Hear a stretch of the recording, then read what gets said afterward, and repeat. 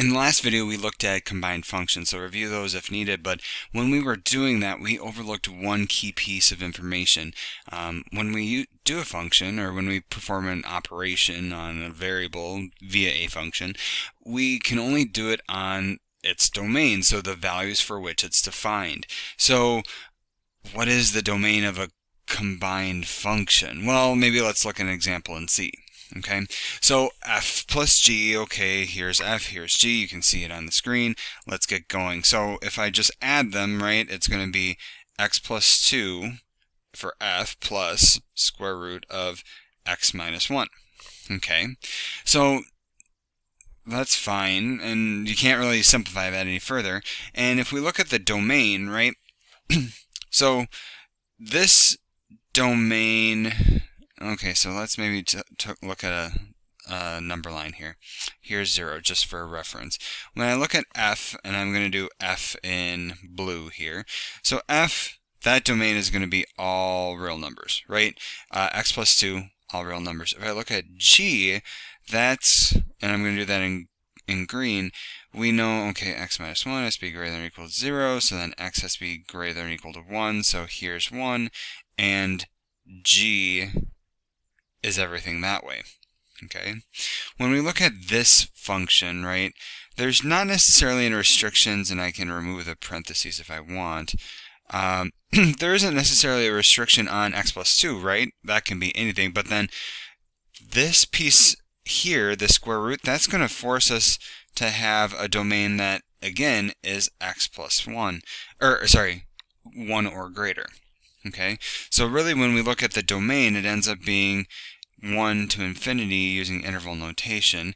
And so maybe a conclusion that we could make is that to find the domain, you need to find all x values that satisfy both functions. Okay, now using mathematical shorthand, most of the time you would take, or you would translate this as saying domain of f, this is kind of how I do shorthand, domain of f intersect domain of g, meaning look at their domains, find their common values. That's what we did above in the graphical image on the number line. Okay. Now there's one other little caveat.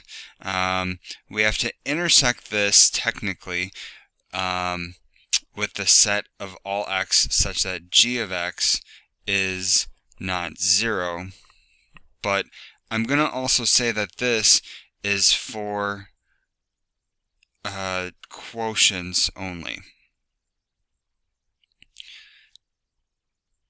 Okay, so this is something like when we have f over g, right? We need to make sure that the denominator is not 0, otherwise we divide by 0 and bad things happen. Okay? So, when we are going to put this into action, it sounds easy in theory. Maybe it's a little bit trickier in principle. So now, here are some examples. Okay? I'm going to do the first one, you're going to do the second one, and then we'll do the third one together.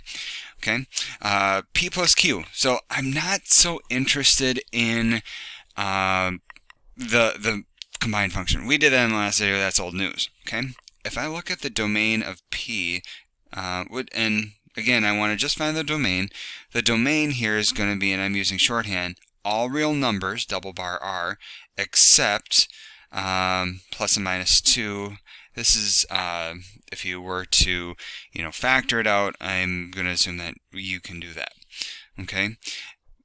If I look at domain of q, okay, the only thing that makes, the denominator 0 is minus 2, and otherwise it's going to be all real numbers. So the domain for q is all real numbers except 2.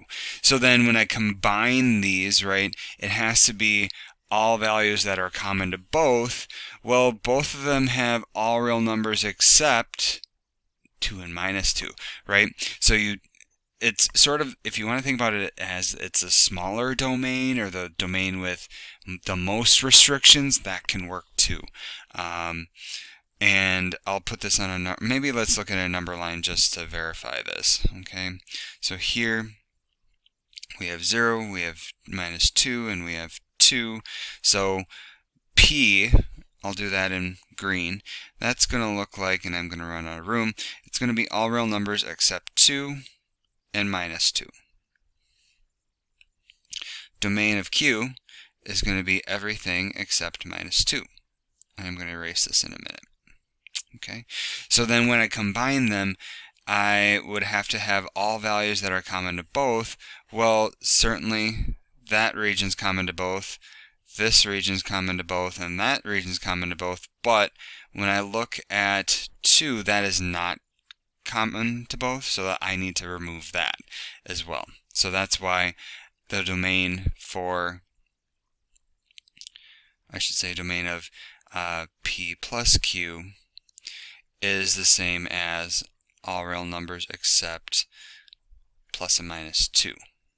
Okay, and if I were to do that in interval notation, that would be -infinity to -2, and this is where the diagram is really helpful. Union -2 to 2, right, middle chunk, and then 2 to infinity for the last chunk. Okay, so now pause the video, try the domain of RP on your own. Okay, so I ran out of room there, so I put it off to the right, and I got domain of R is x greater than or equal to 2 because of the square root, and then P we found before. So then when I combine them, right, only the values bigger than 2 are common, and 2 itself is not common to both, so that's why I had to remove that. All right, P and Q, or P over Q. Okay, we found the domains for each of them individually. The only thing so it would be pretty much the same thing, but so I found this before, so that's almost the same thing here, except now I also need to take out, and this is where the second piece of information comes in, where g of x is 0. Okay, so, well, the denominator is 0, so I also need to say x minus 3 over x plus 2 cannot equal 0, and so then solving that, denominator wipes out, x can't be 3. So then, in addition, I need to remove 3 from this interval, so my domain here, or the values for which P over Q is defined, is going to be -infinity to -2, union, -2 to 2, union, 2 to 3, right, because I have to remove 3 now, union, 3 to infinity. And that is going to be the domain for P, so P over Q. So again, domain for P, domain for Q, and then the places where the denominator is 0, you need to take all of those out. Okay? And if you wanted to put that in a number line, great. Otherwise, that's going to be how we find the domain for each one of these combined functions.